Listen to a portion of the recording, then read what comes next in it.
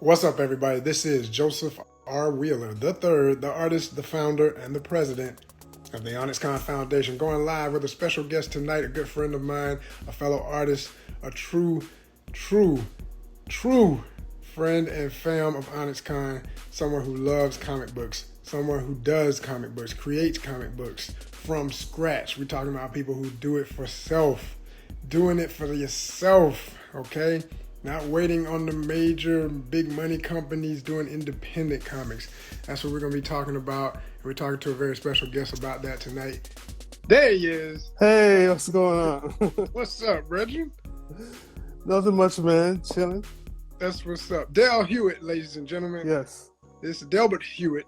But do you like to go by Dale publicly? I don't know. Yeah, just Dale Hewitt. Okay. I leave other Bert. Okay. Dale Hewitt, y'all. Legendary artist, good friend of mine, lives in Atlanta, originally from where in the Caribbean? Tell him where you're from, Bridget.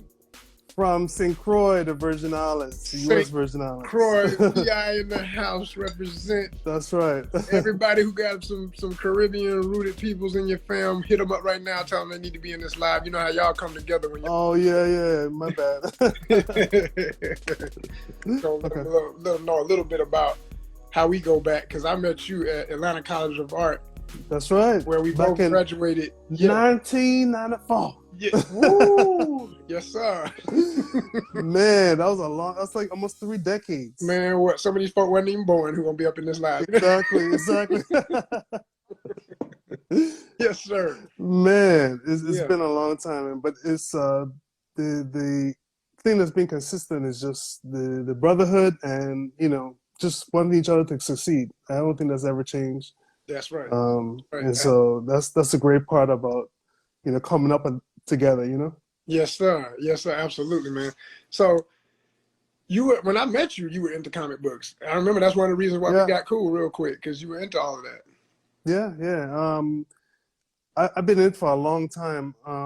It's funny because I started out with, of course, watching cartoons, Messenger in Spanish, and watching G-Force and all these different things, and it just got me to start thinking about doing art, and I want to do what they're doing. I want to replicate what they got going on, and it got me interested in art. And I remember picking up my first book. It was Punisher War Journal, done by Jim Lee. Wow! When he first started. Yeah. This is before X-Men and $1 Million and the Image Comics and DC, leading DC Comics now. Yeah. So I've always had a love for it, and so it's just been trying to get in where I fit in. Because I remember when we did our own little comic in Atlanta College of Art, and I was like, "You guys want to do a comic? Man, that would be great. I would love to do that." Because that's always been a dream. Yes. Man. So I think I might even have that still. If it was, you do? Yeah, I don't know. It was like Xerox copy, like print out. Yeah. I can't go across the street. I had that joint. I think I still had that with you and Micah and a few other people. That was It was like almost 7 to 10 people. I think it was a lot of us. Right. And ACA was the little engine that was mighty and was it still is, known as a powerhouse to those who knew. We had a lot of alums that came out of there, from Radcliffe Bailey to Fahamu Peku, who was in our class, and all these legends, you know what I'm saying? That's right. They all came out of there, you know what I mean? So, yeah. Yeah, man. I think it's more about the heart of the artist than it is the school. Absolutely. That's right. No matter what school you go to, if you're proficient in what you do, then you are, period. Come on with it. Real talk. Yeah. Yeah, man. Yes, sir. So, you always in the comments, like I said. What were your favorite companies and favorite books, just to give people a feel of the kind of stuff that inspired you to do what you ended up doing? So I don't know what it is. I've always loved X-Men. And it's the idea of, because growing up, besides Superman, everybody had an accident that happened to them, and they got powers and all that sort of stuff. Right. And X-Men was the first one where they were just born with it. They didn't have to explain it. They're born with it. It is what it is. And I just love that concept, so I just stuck with it for a long time. But I remember John Byrne Dark Phoenix Saga was the Yeah, first thing that really like my mind is blown. It's right. like I remember the scene that really pulled me in as my first comic was Wolverine in the sewers. He was looking up at the camera Mm-hmm. and he was cutting through all these Hellions, guards and stuff. And I've always loved that. So that, so I kind of stuck with X-Men and Marvel really my whole time in comics. I never was really a DC person. I mean, I love Batman because he's Batman, but Mm-hmm. I've always loved the street hero, like Daredevil, Mm. even Batman, Wolverine. I mean, I just love the people who are like more down to earth than Superman, who's like this alien that can't die, and he just have these cosmic battles. I just never was into that. Mm-hmm. Um, Mm-hmm. but my influence is definitely Jim Lee. I mean, he was probably the biggest. John Byrne, Jim Lee, Neil Adams just passed away Wow, I didn't know that. Dang, how long ago? last week Monday. I mean Friday. Last week Friday. Wow.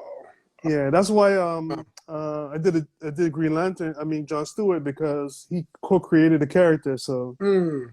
um, actually we did an art. That's cool. Yeah. And pardon me, you're gonna see me to you and my guest on here. I will be munching off camera a little bit because I'm trying. No, do your thing. I don't want to be rude, but I'm gonna let y'all know. My brother, it's been a long day. I gotta My get brother is hungry. it. Man. So okay, so your influence is a lot like mine in that regard. I mean, I'm definitely more of a Marvel head and X-Men Yeah. forever and a day, Wolverine Mhm. always. I mean, I have to admit, like, I always loved the character Black Panther, but of course it seems more trendy to be like, oh, I always loved Black Panther and I always knew everything about him. I'll be honest, I didn't.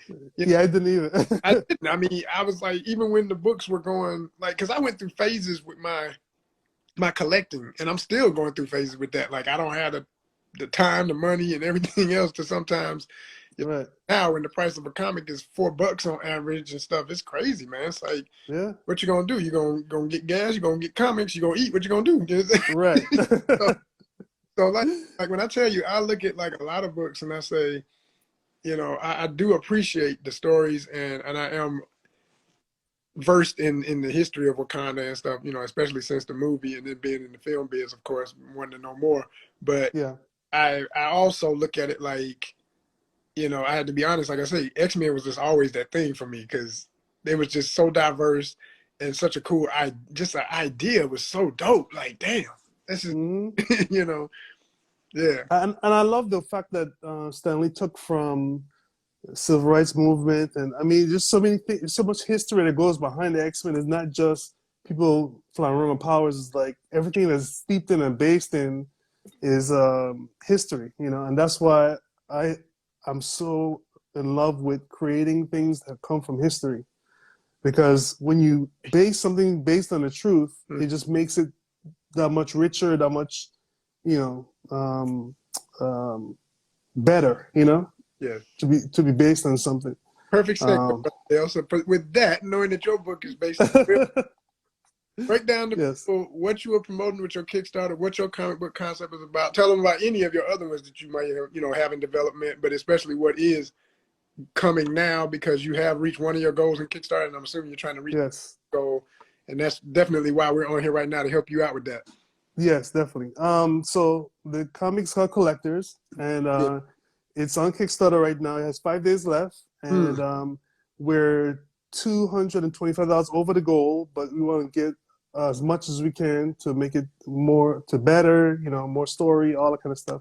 Mm-hmm. But it's based on history, so it's based on the punitive expedition done by the British in 1897, where they actually went into the Benin Kingdom, burned it to the ground, and took all the artifacts. They even took pictures. Obviously, they knew what they were about going there to do because they had photographers ready to take pictures of them. Think about it. A camera back in those days, Mm-hmm. like it's not like you could go to the convenience store and pick up a camera. You know what I'm saying? Like, Right. so they had taken pictures of all the different artifacts that they took. Mm-hmm. And one cool thing is that I think maybe it's been happening for a month now that the British museums are going to return 10 of those artifacts that it took from 1897 back to the Benin Kingdom. So, which is amazing. You know, I definitely applaud them for doing that. Long over. Long overdue. You know. Yeah. So, but my concept is, what if each artwork or artifact gives you an ability or power? You know, what would that look like? You know, what will happen if one of the natives from that era, that time when all that stuff happened, was trying to collect all those artifacts back, and what would that look like? And so it's not just the main character is Bantu, and he's actually a child when all this stuff happens, and now it's thrust into today's world, and he has these artifacts that gives him these abilities or powers, and so he has to try and collect these things back from people who have found out that they give them powers. So you can imagine somebody having the ability to mind read or use telepathy, and they're seeing that Bantu's come to collect the artifact back. You're not going to just give it to him. Hey, since you're from there, you know, here's the artifact back. No, they want to keep it. So it's just like a battle, you know. But also, I wanted to use the comic to talk about things that are happening today, from police brutality to human trafficking, just issues that are going on today. And as a matter of fact, the first story that's in black and white that was written by Carlton Hargrove, who's in 20th Place Media, he wrote the first story, and it deals with human trafficking and how the mom is basically trying to get their child back, you know, from this underground world. It's almost like Taken, you know, but with superheroes, you know? Yeah. Well, that's the first story. And then the second story is police brutality. And I wrote that story, and I'm doing all the art for it. So, you know, it's been fun, you know, working on it. And so I'm happy to have everybody to see it, you know? Yeah. That's dope. So as far as when you mentioned Benin, I think the thing that captured me, because I've seen, you know, pages from the book and the main character Bantu, I really like that you used true African motifs from that culture, you know, traditional elements of like the rings that they would wear around the neck, you know, the elements of that particular one mask that I know is one of the most, I wonder if that's one of the ones that, I forget what museum holds that one, but I don't. Yeah, I don't know what museum holds it, but I took it direct reference from that. You know the one? Yeah. I know what you're talking about. Famous ones from Benin, but that mask, I had a friend, man, an artist that, oh my gosh, what is his name? Fred, and I don't want to say his last name wrong. His last name was pure, you know, Benin, from the West African region. Anyway, it'll come back to me after I get off the live, of course. But anyway, of course. we go back. I tell you, this is, you know, I met him in the 90s, so it's been forever, and I haven't seen him since. But yeah, very, very famous sculptor from there. And when I met him, he was working on a piece that dealt with a lot of traditional artwork like that, and the lost wax process, which is founded in Benin and other parts of West Africa. I've seen that. That the whole world uses to make bronzes and everything ever since. Like that whole technique came out of Africa. Like you see any bronze sculptures, the whole technique, the original technique came out of Africa. And he was a master of that. He showed me some things about that I didn't know, because I learned stuff when I was at ACA, because I took, you know, foundry class and all that stuff. Oh wow! But I mean, I was in everything. It's everything I could get. You know how they gave me so many, they do so much. I was just like, I'm gonna cram it in, and I'll figure it out in my mind later. I'm just gonna get it all, you know. Right. But man, when I tell you, this guy, he told me that particular mask, a lot of people think it's supposed to be a man. It's supposed to be representative of the lady soldiers, the ones that the Dora Milaje are based on. Okay. Really? Yeah. Wow. What it was, the Oba, which is king. Yes. Oba would wear this certain belt when he wears his full regalia to, you know, come out for special ceremonies. It was a belt, and around that base, there would be two of them actually. There'd be one head on each side. They were kind of identical. And with the rows of heads at the top of it, you know, you had the main face and you had a hair, but at the very top of it, you have all these little heads. He said a lot of people look at those heads and they don't know what it really meant. He said those heads represented the heads of Portuguese, and some, you know, European scholars trying to, you know, make it like, oh, you know, when they met the Portuguese, it was just one big happy party and trade and negotiations, Right. they're trying to make that Thanksgiving story like everybody sat around and had dinner. So it's like, no, no, no, no. That represents the heads that were taken in battle when the Portuguese started trying to take them into slavery. Because of course, they're not like clean hands in the situation. I always had to tell the real truth. You're gonna do a real history, tell the whole truth. After Right. they sold each other into slavery with who they were warring against. You selling your cousins and whatnot. Like I know a lot about Benin. I've read a hell of a lot about it. But my point of this is to say by the time that they had been doing trade with these various Europeans, but then it's like the same old greedy situation. It's like we reach a peak where it's like, okay, we done cleaned out all your adversaries. Now we want you too, because Right. what you got, we see how wealthy y'all are. We're gonna take all of your stuff and get you too. So Right. he said that really represented the king's main warrior ladies and the heads of them with the heads of heads taken in battle. So each one of them heads represented heads taken in battle. Wow. Yeah. So the more they had, the stronger they were. Right. And that's what he was wearing on his belt. Like, you come from me, you got to get through them. Like, Wow. this is what. That's amazing. Yeah. It's a whole lot of stuff to it, man. Whole lot. Yeah. But I think with that rich history, that's why I'm so excited because there's so much you can do with it. You know what I mean? So many stories you can go, so many different directions, and so I'm excited to just keep producing the book. And it's been long overdue because I remember going to ONYXCON with issue 0. Word. And to come from that to where I am now is like, man. I'm like you in a respect where there's so much I want to do, and so it's just hard to focus on one thing at a time. But it's good to focus on one thing at a time because you can knock things out. But at the same time, it's like so many things that you're able to do that it's hard to stay the course on one thing. Yeah. Because I completed 5 issues of Kings of the Wasteland, which is my first book. Okay. And tell them and then what's the storyline there? What's the log line or what have you? So you don't see the outcome in the very beginning, but essentially, there was a big event that happened, and all the animals basically can walk, talk, and like regular humans. And the main character Jacob is trying to avenge his family's death. At the hands of these escaped zoo animals. And then he finds out there's a bigger world, there's a lot of stuff going on. But essentially, what it's going to come back to is the reason for the big event is it started because of African ingenuity. And I'm going to leave it at that. But it's a deep story, and there's just so much to tell. But I guess as an artist and somebody who's creative, it's hard to just stay with the one thing.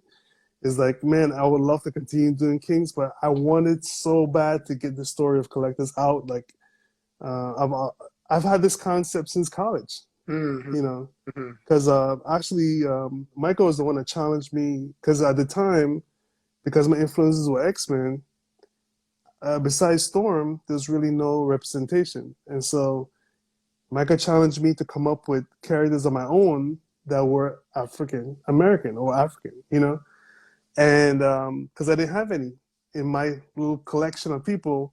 And that lets you see that you're influenced by this world, and you don't even realize that. I didn't realize that I didn't create any black characters. It wasn't on purpose. I'm like, I'm not going to create any black characters. I just didn't think about it. And because I didn't see that representation. And so that's why I'm so focused on getting that representation out, because I created Bantu and the Collectors way back then in college, and I just never did anything with it. It was just in the back of my mind, all the stories, all the things I wanted to do. And so to finally bring it out is just a huge accomplishment, and I'm super excited. That's right, man. Congratulations for the win. Thank you. And I'm happy that ONYXCON can play a part in just letting people be aware of it. You know what I'm saying? Hopefully that got the numbers you needed, Yeah, definitely. Yeah. And so, like, the other part of that, man, I think about it being somebody, from Virgin Islands, from the Caribbean, Caribbean friends. and I got plenty from everywhere. I mean, there's people I didn't even know were Caribbean until you get to talking to them, and you know, because some folk got the accent heavy, and some people don't, and then Right. they'll hit the right note, and then you be like, wait a minute, where'd that come from?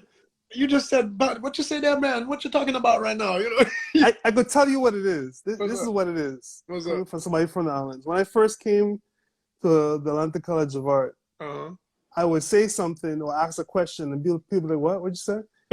And I repeat it and be like, "What?" And I repeat it and be like, "Oh, never mind." And I hated that so much that, you know, when you come from somewhere else, you kind of tone down the accent because nobody understands what you're talking about. Right, yeah. And the only person I knew was like my roommate, you know, Andre. You know Andre. Okay, wait, more. Andre Moore, yeah. Gotcha. Okay. He would translate. He'd be like, "Oh, what he said was A, B, and C," you know. And so that's why you don't know, because we tone it down on purpose so that we can be understood. You know what I mean? Right. That's what's up. But what I was gonna say too is that, you know, the African connection, you know, which we all have, whether we're aware of it directly or not, is, you know, I would say I think a lot of Caribbean folk have it easier. And, you know, and I think it's a lot of reasons. I mean, it's different. It's colonization was colonization, period. But there's different from island to island. From, you know, and not all Caribbean nations are islands. I do know about, you know, folks on South America and all of that. You know, the point is that the cultures were able to retain so much, you know, in some cases because of the rebellions, in which people have the mistake of thinking people didn't rebel in the South on planet. They rebelled everywhere. We weren't trying to have that. Wasn't nobody trying to live under that. You know? Right. But the thing is, the Caribbean was known for being, especially in certain places, even more fire. Like, just we always trying to get loose. And I truly think a great part of that is geography.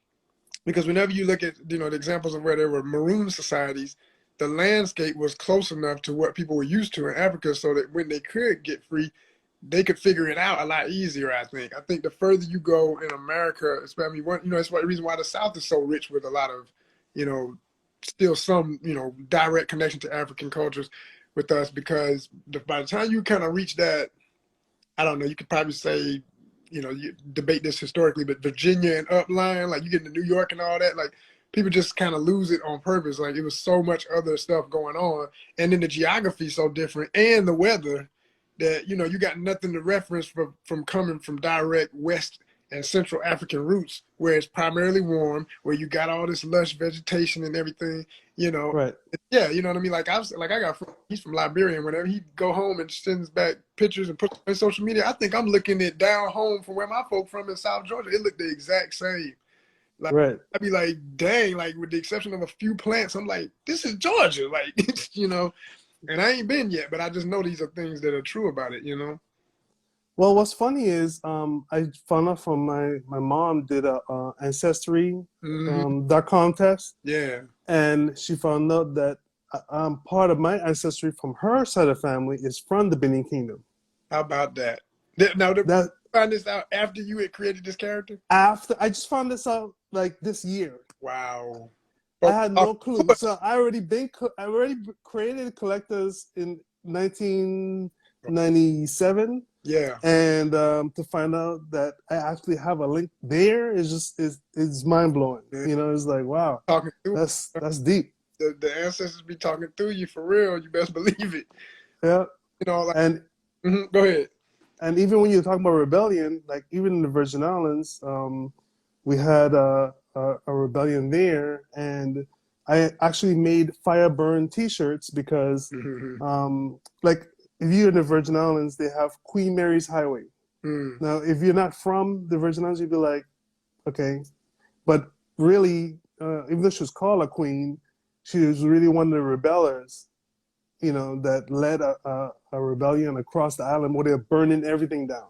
Wow. You know, and it's crazy when you know the history of it. It's just like, you know, I think we as a people have such deep history, and like you were saying, like we assume because of the history we've been told that, you know, this stuff didn't happen. Oh, there's no rebellion. Everything was great. You know, no, there's a lot of stuff going on. You know, constantly.